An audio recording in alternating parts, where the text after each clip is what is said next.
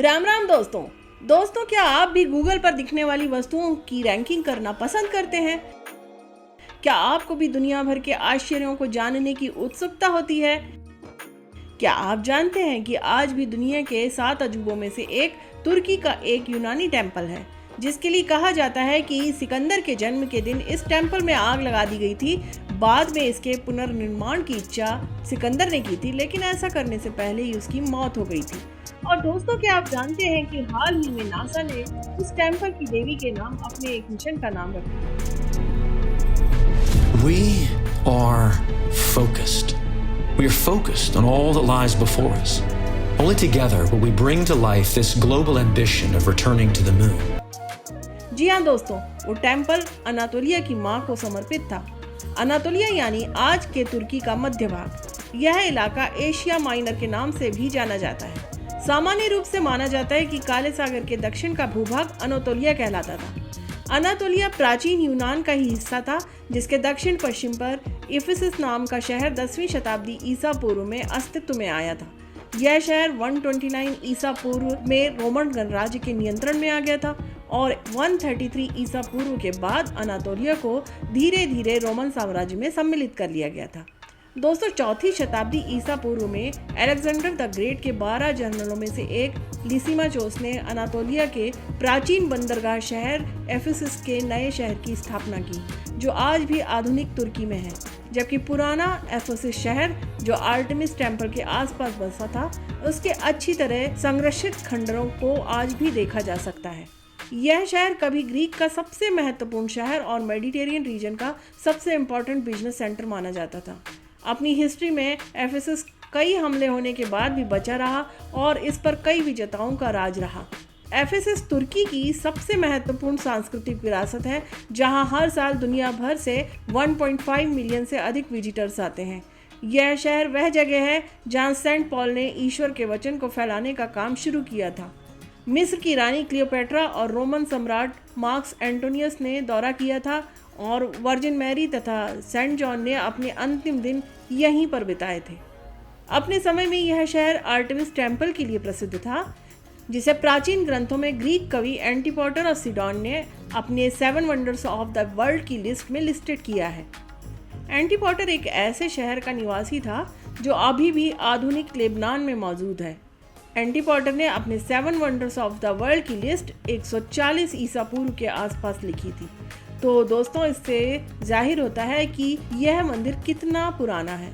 दोस्तों, अगर आज आप उस समय की दुनिया पर फोकस करेंगे तो आपको 7 वंडर्स में से एक यह मंदिर विभिन्न संस्कृतियों और सभ्यताओं की एक अद्भुत यात्रा का हिस्सा दिखाई देगा। हालांकि विशाल क्षेत्र और आकार वाले इस मंदिर पर समय और प्रकृति ने बड़े पैमाने पर अपना प्रभाव डाला है, लेकिन आज भी एक चमत्कार की तरह आर्टेमिस का मंदिर खड़ा है, जिसे टेम्पल ऑफ डायना भी कहा जाता है। ग्रीक देवी आर्टेमिस को समर्पित इस मंदिर को बनाने में 120 साल लगे थे। 401 ईस्वी में पूरी तरह तबाह होने से पहले भी यह मंदिर एक बार विनाशकारी बाढ़ में, उसके 300 साल बाद आगजनी से और तीसरी बार बाहरी आक्रमण में नष्ट कर दिया गया था और तीनों बार इसका पुनर्निर्माण करवाया गया था। 401 ईस्वी में ईसाई बिशप सेंट जॉन क्राइसोस्टॉम के नेतृत्व में भीड़ द्वारा अंतिम बार मंदिर को नष्ट कर दिया गया था, लेकिन 1869 में जॉन टर्टलवुड के नेतृत्व में एक अभियान में इसके अवशेषों की खोज की गई। तब यहाँ की कैस्टर नदी के तल में दबे हुए मंदिर के स्तंभों को खोज लिया गया था।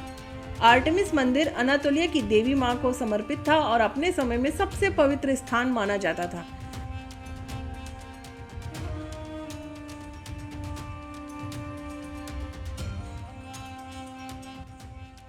देवी आर्टेमिस ग्रीक पैंथियन के 12 देवताओं में से एक थी और उनकी पूजा ग्रीक और अनातोलिया के चारों ओर की जाती थी।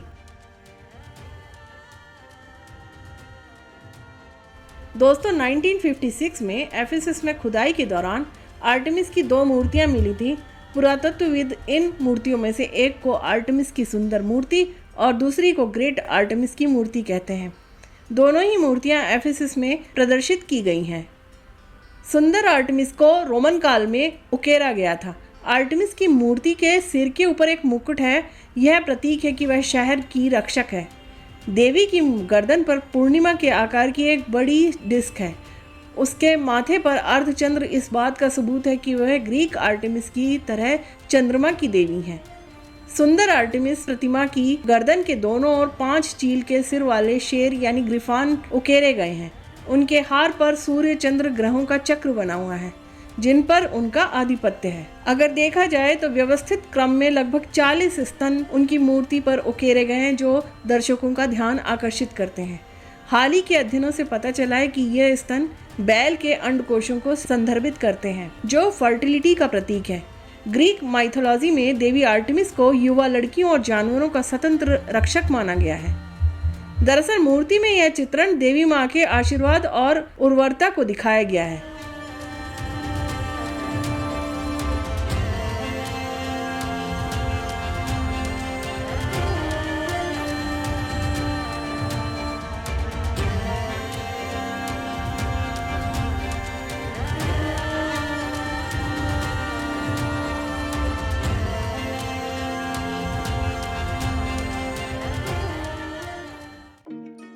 तो दोस्तों, नासा इसी देवी के नाम पर आर्टेमिस मिशन के तहत मंगल की सतह का पता लगाने के लिए पहले से कहीं अधिक नवीन तकनीकों का उपयोग करते हुए चंद्रमा पर दीर्घकालिक उपस्थिति स्थापित करने के लिए अपना पहला मिशन शुरू कर चुका है।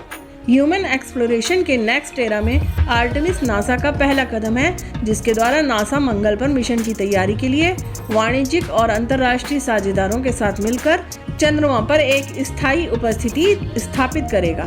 इसके लिए नासा और कनाडाई अंतरिक्ष एजेंसी ने 4 अंतरिक्ष यात्रियों की घोषणा भी कर दी है जो आर्टेमिस द्वारा चंद्रमा के चारों ओर घूमेंगे। 50 years ago, we went to the moon. We called it Apollo. What many people don't know is that Apollo had a twin. She was a woman named Artemis. Goddess of the moon. Time to stay. And to prepare to achieve humanity's next giant leap of sending the first human missions to Mars. This is our manifest. For all who wondered if we could return. For all who dreamed of pressing beyond. We go. We go as the Artemis generation. We go. तो दोस्तों, प्राचीन से आधुनिक जानकारी को पाने के लिए जुड़े रहिए मेरे चैनल से, क्योंकि भविष्य में मैं इसी प्रकार की जानकारियां लेकर आपसे मिलती रहूंगी। वीडियो के अंत तक बने रहने के लिए आपका बहुत बहुत धन्यवाद। वीडियो को शेयर कीजिए। राम राम दोस्तों।